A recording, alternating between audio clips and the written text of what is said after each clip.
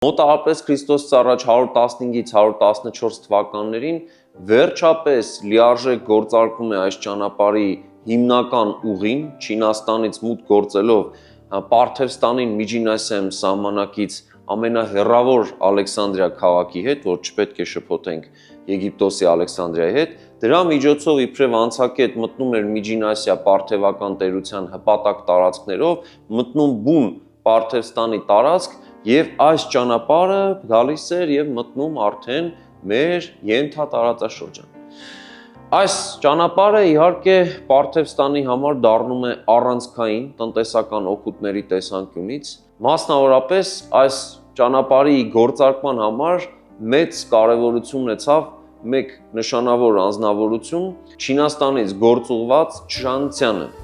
Այս դիվանագետ ճանապարհորդ անձնավորությունը կարողացավ պարթևական էլիտայի հետ գտնել ընդհանուր լեզու